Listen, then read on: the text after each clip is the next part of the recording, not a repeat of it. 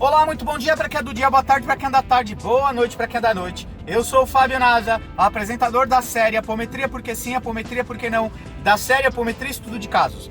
Voltamos com mais um case de sucesso ou insucesso junto à tratativa apométrica. Case de hoje intitulado Desordem Psiquiátrica e a Apometria. Muito bem. Voltamos com mais um case de sucesso ou insucesso junto à tratativa apométrica. Case de hoje intitulado Desordem Psiquiátrica e a Apometria. Consolente. Na verdade, nós temos a seguinte narrativa. Eu vou fazer a narrativa de trás para frente. Eu ia contar a história, primeiro a narrativa do que aconteceu e um exemplo particular da minha vida. Lembro-me, aos meus 18 anos aproximadamente, meus pais já transitavam na esfera kardecista, ou espírita, melhor dizendo. Minha mãe, desde que eu me conheço por gente, bipolar. Nas suas crises entre mania e depressão, quando ela tinha suas crises recorrentes, de tempos em tempos essas crises vinham se espaçando. Ou com o passar do tempo essas crises vieram se espaçando e aumentando a intensidade e a duração de estabilização dele, chegando a ponto de minha mãe ser medicada via injeção de tranquilizante, que os médicos narravam na época, a psiquiatria narrava que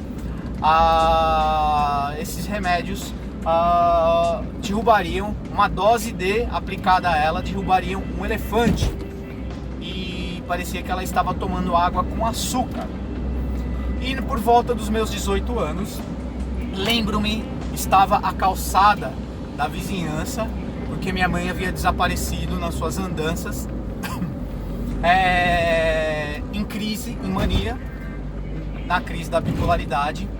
E meu pai estaciona o carro com um documento, uma procuração para a internação da minha mãe e uma carta psicografada do centro a qual ele frequentava na época.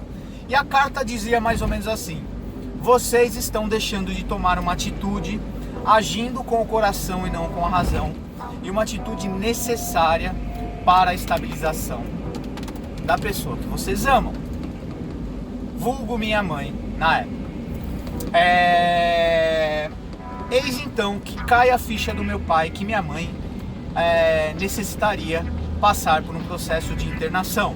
E eu, com a procuração, na época, eu, a pessoa que tinha uma habilidade de controle sobre ela, de domínio sobre ela, uma certa autoridade sobre ela em crise, pego o carro e encaminho ela para o Hospital Bezerra de Menezes, onde ela passa 3 dias contida mecanicamente, amarrada literalmente, sobre altas doses de medicação, enfim. E aí começa o processo da primeira internação dela. Esse processo durou 3 dias, tá? Ela teve, em outra crise, 2 ou 3 anos depois, uma outra necessidade de internação, o que foi muito duro para nós, filhos e família.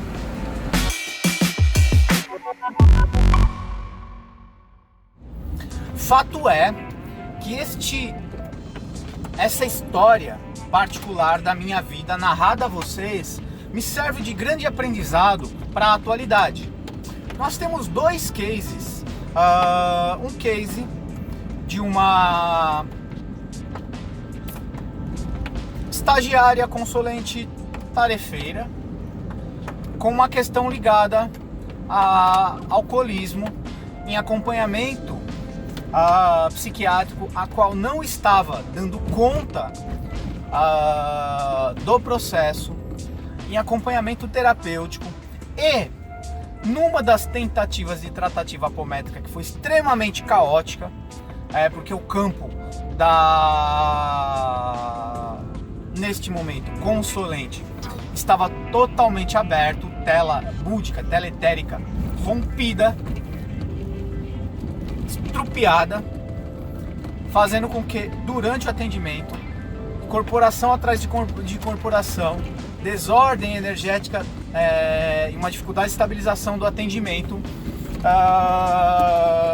e a orientação foi para que a consulente naquele momento buscasse apoio e orientação para uma possível necessidade de internação.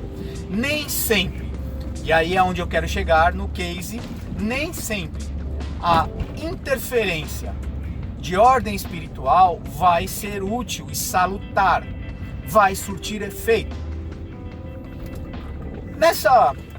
Agora juntando mais um case como exemplo, fui solicitado para auxiliar ou para orientar ou para encaminhar a caráter de encaixe de urgência uma adolescente em surto e crise suicida, tá? Tentativa de, e a família desesperada pedindo atendimento apométrico e eu orientando. Como é que está o acompanhamento psiquiátrico? O atendimento é via psiquiatra do convênio, mas a gente precisa muito da apometria.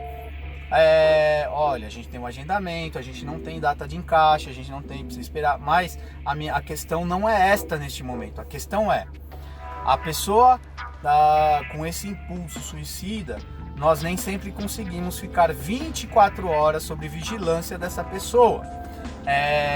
Nem sempre a família, o núcleo familiar consegue desprender este tempo tá? É um período muito crítico. A pessoa talvez precise de um ajuste medicamentoso, a pessoa precise talvez de uma segunda opinião psiquiátrica, a pessoa talvez necessite de uma internação. Lembra do case da minha mãe, que eu narrei no começo aqui? Exatamente isso que eu estou querendo dizer. Às vezes, a tentativa de dar um jeitinho, um encaixe apométrico, ou apometria, digamos que o respectivo encaixe surja, você vai tratar a crise, mas não a fonte de origem da questão. Esta pessoa em crise psiquiátrica, de desordem, uma crise com uma tendência suicida, está com acompanhamento contínuo psiquiátrico, esta pessoa está com atendimento contínuo, intensivo, psicológico, esta pessoa está com ajuste correto da medicação, essa pessoa talvez não necessite de uma contenção psiquiátrica neste momento, até talvez para tomar um choque de realidade, para filtrar se ela não está fazendo isso para chamar a atenção do mundo, numa carência, ainda que inconsciente. Mas dá para arriscar, dá para jogar dados? Não, mas o que vai resolver é a apometria. Arrume uma apometria, encaixa essa pessoa para mim na apometria e resolva o meu problema. Porque o meu problema eu não tenho recurso. Será? A recomendação: sistema CAPS.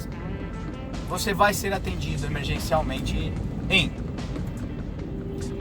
ajuda-te que o céu te ajudará. Nem sempre o auxílio energético espiritual e a ferramenta apométrica vai ter efetividade ou vai ser salutar. Agora digamos que eu oferte um encaixe, ofertamos aí um recurso apométrico e essa pessoa passa em apometria, ela tem um surto e se suicida. O atendimento espiritual, energético espiritual, não dispensa o tratamento médico. Cada macaco no seu galho. Dai a César aquilo... o celular está muito louco aqui. Aquilo que é de César.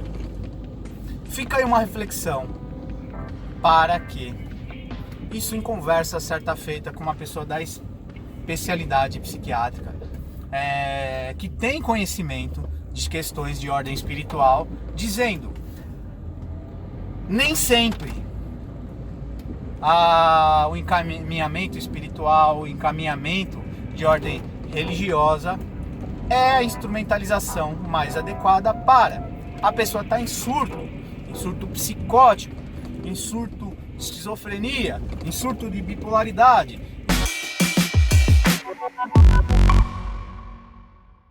Observação. Dentro deste case narrado,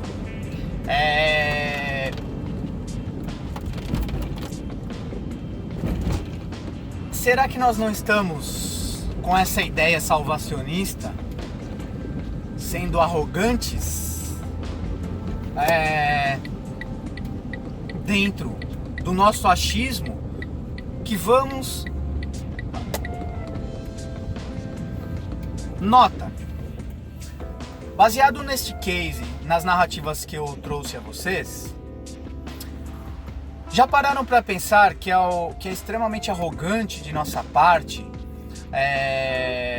ter essa ideia salvacionista de querer corrigir todas as rotas da humanidade com a ferramenta energética, espiritual, neste caso com a apometria? O médico, o psiquiatra, a especialidade médica neste contexto, o psicólogo, o terapeuta que vai complementar esse contexto, ele não estudou 6 anos, 5 anos no caso de um psicólogo, 10, 15 anos no caso de um psiquiatra, para se habilitar a cuidar desses contextos, destas desordens que a humanidade, que o ser humano traz.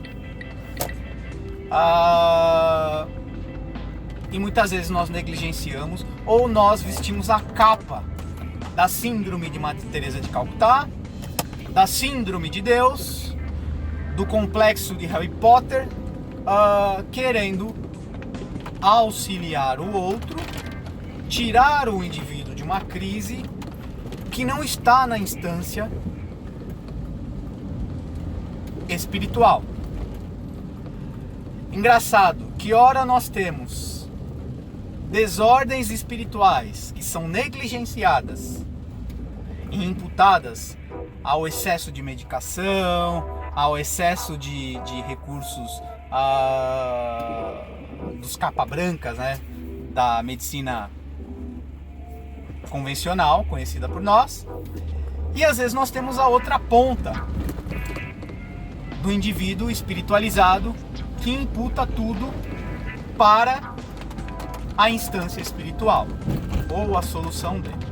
Lembre-se da tríade: energética e espiritual, mental, emocional e fisiológica. Vamos cuidar do indivíduo como um todo, ok? O espiritual pode ser um paliativo e a contenção e a solução no físico, ou o físico, a medicação pode ser o paliativo e a contenção e a correção de rota definitiva no espiritual. Ok? Reflitam. Beijo a todos.